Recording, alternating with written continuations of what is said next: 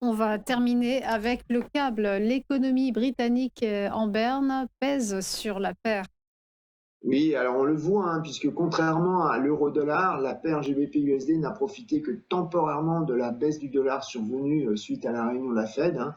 Et au final, donc la paire GBP-USD, elle n'a gagné que 29 pips hein, sur la semaine, car l'économie britannique, comme vous le dites, est en berne. Il n'y a pas de croissance depuis juin dernier. Donc l'économie ralentit, le taux de chômage devrait monter jusqu'à plus 5,3% selon la banque Goldman Sachs, hein. Et on a aussi par contre, on a l'inflation qui reste donc à un niveau élevé, notamment dans les services, hein. Donc, le résultat du vote des membres, hein, comme on vient de l'annoncer lors de la réunion de la politique monétaire de la Banque d'Angleterre jeudi, importera, hein, parce que, comme on l'a dit, bah, ceux-ci apparaissent vraiment divisés, hein. La paire GBP-USD devrait donc surréagir aux chiffres du chômage et de l'inflation qui seront publiés demain et mercredi, juste avant la réunion, puisqu'ils seront évidemment scrutés par les membres votants de la Banque centrale, hein. Alors avant cela, on aura aussi demain donc les indices directeurs d'achat calculés par S&P Global, hein, qui pourraient montrer un sursaut après la publication du budget gouvernemental, hein.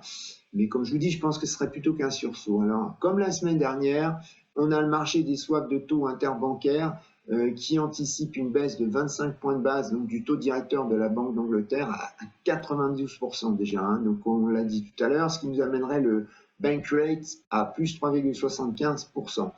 On a une autre baisse hein, qui est intégrée à 90%, mais pas avant avril 2026, hein.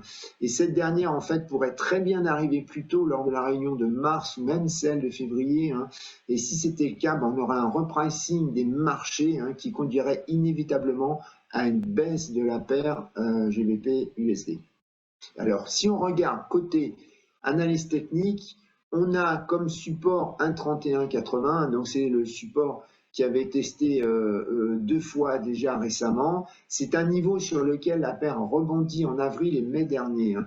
Alors, on a un 30 hein, en plus bas, qui est donc un niveau psychologique évidemment, qui avait été testé début novembre. Côté résistance, on a un 34,80, c'est le niveau où la paire avait été rejetée deux fois, fin septembre et début octobre, donc après une tentative de rebond. Et au-dessus encore, on a un 36,10, donc c'est une résistance intermédiaire qui date de juin et août dernier. Merci beaucoup Philippe Lermy pour votre analyse. Belle journée à vous et par avance, on vous souhaite de belles fêtes. Merci de même pour vous. Merci. À suivre le point bourse. À tout de suite.